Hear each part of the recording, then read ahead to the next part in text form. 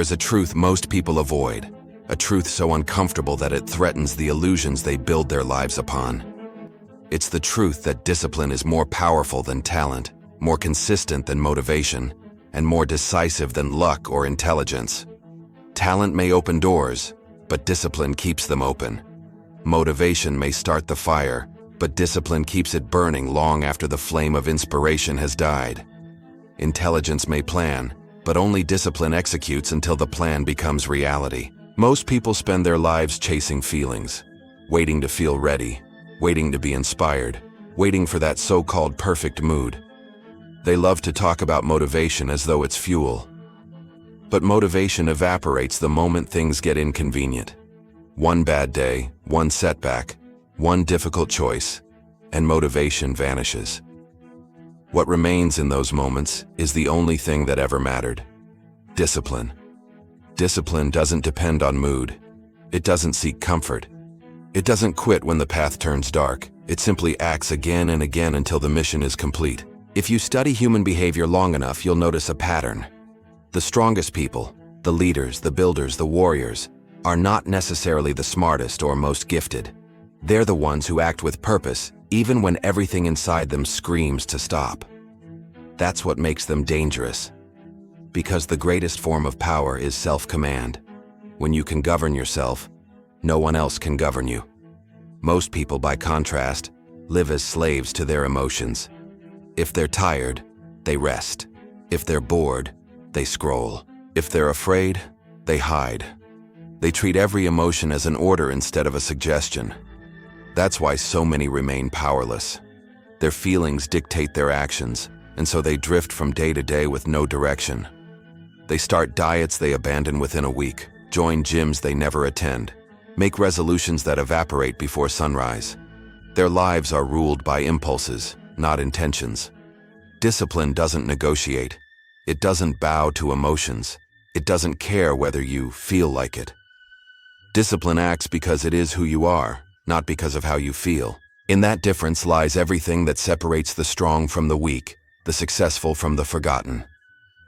Discipline is the invisible spine behind every form of greatness. A soldier continues marching on an empty stomach. A leader rises before dawn while others sleep.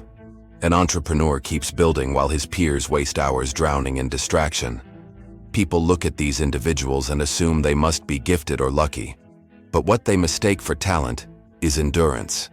The edge that separates ordinary from extraordinary is not often brilliance, it's consistency under pressure. Psychology confirms what history already knew. The human brain is wired for comfort. It constantly seeks warmth, safety, and ease. When faced with difficulty, the mind whispers the same comforting lies. You've done enough. You can rest. You deserve a break. Tomorrow will be better. These whispers feel harmless, yet they corrode potential molecule by molecule. Discipline is the refusal to be fooled by those lies.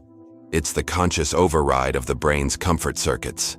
Each act of discipline, each time you act despite resistance, rewires your identity.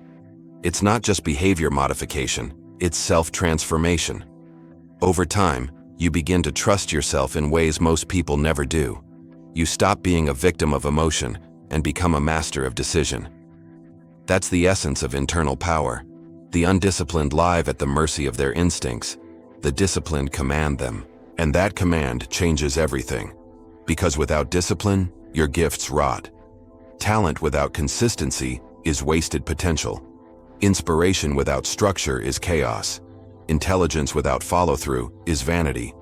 But discipline forges each of these into something sharp and enduring. Think of discipline as the forge where the iron of will is shaped into the blade of power. Every decision, to rise early, to train harder, to stay focused, to keep promises to yourself, adds another strike to that blade. Ignore discipline long enough, and the result is corrosion. A dull, rusted life of what-ifs and regrets. And there's no tragedy greater than realizing too late that you had the ability, but not the discipline to use it. That's the fate of millions. They start strong, full of dreams and ambition, yet slowly surrender to comfort. They convince themselves they have plenty of time. But years pass, and the dream decays into memory. They live with the quiet guilt of wasted potential and the heavy awareness that weakness, not failure, destroyed them. Discipline is not punishment, it's freedom. Freedom from weakness, chaos, addiction, and regret. People call discipline restrictive, but it is the only path that leads to self-respect. Without discipline, every desire becomes a chain. Food, pleasure, distraction, laziness, all of them become masters to the undisciplined. With discipline, you break those chains and command your life instead of being commanded by it. This truth is ancient. Machiavelli, who studied power as a science, understood it well. Control is the foundation of all power, and the first domain to master is the self. The man who cannot govern his own time, habits, or impulses has no business trying to govern anyone or anything else.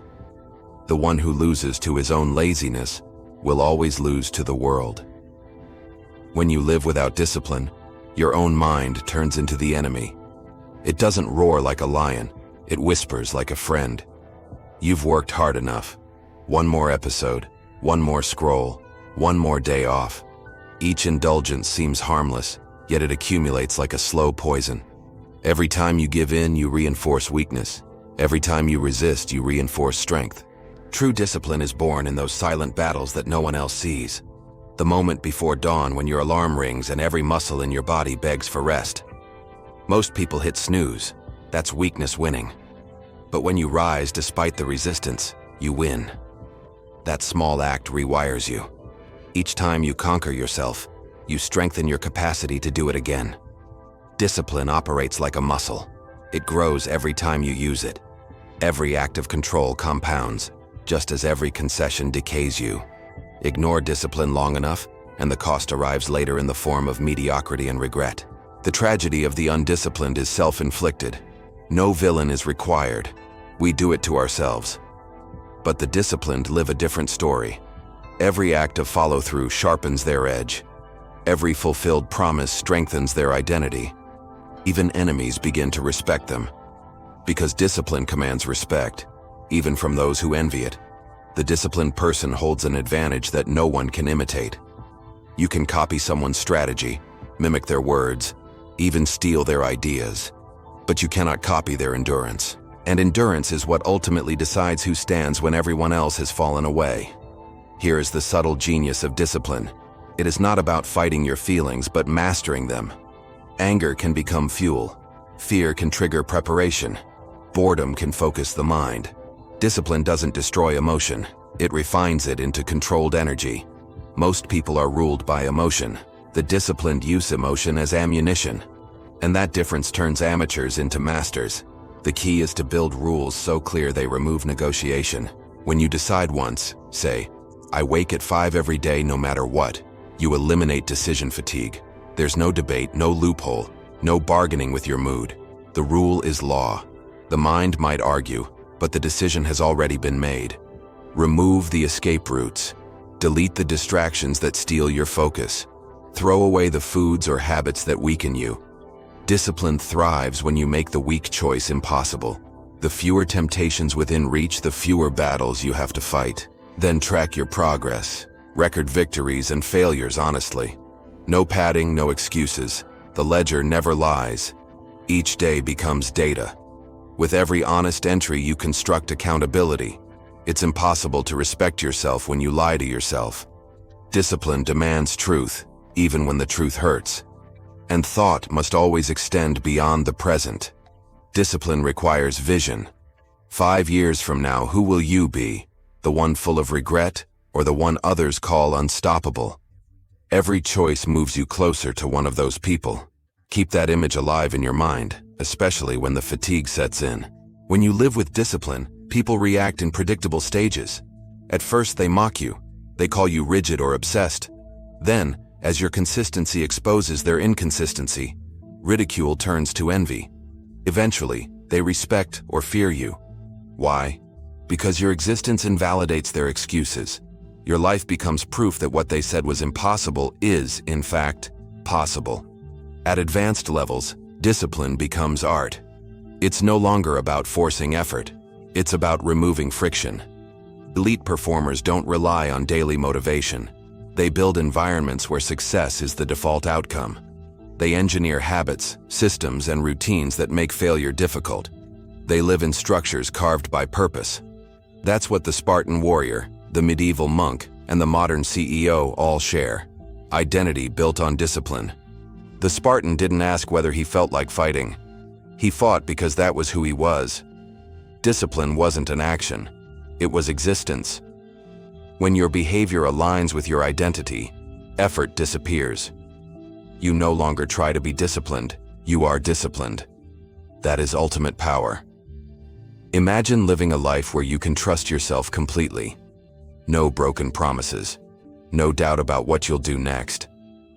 Imagine setting a task and knowing, absolutely knowing, it will be done. That certainty is freedom. That certainty is strength. Most people have never experienced it because they've broken their word to themselves too many times. Their word carries no weight, even in their own minds. Discipline restores that weight. When you say it, you do it. When you do it, you believe it. When you believe it, you become indestructible.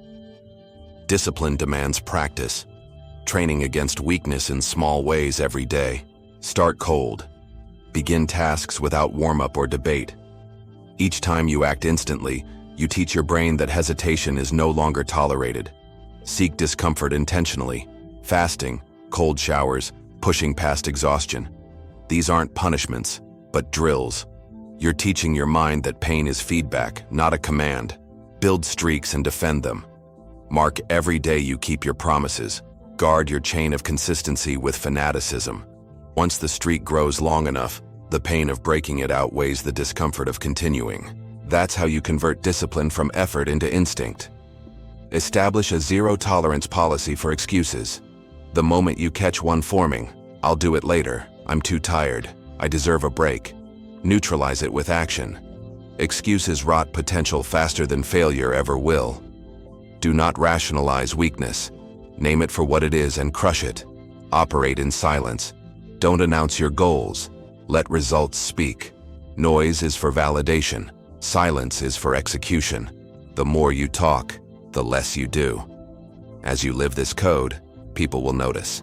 They'll test you, mock your consistency, tempt you with comfort, question your intensity. But when you never bend, their attitude changes. Deep down, they respect what they can't match. They realize that your steadiness highlights their fragility. That is the social gravity of discipline. It commands respect even from those who hoped you'd fail. Over time, discipline makes you unshakable. The storms come, failure, betrayal, chaos, but the disciplined stand firm. They bend, adapt, and continue. They may lose single battles, but they never lose the war. Persistence turns life's randomness into predictable victory. Most people crumble when life grows hard because they've built no inner structure. Discipline is that structure.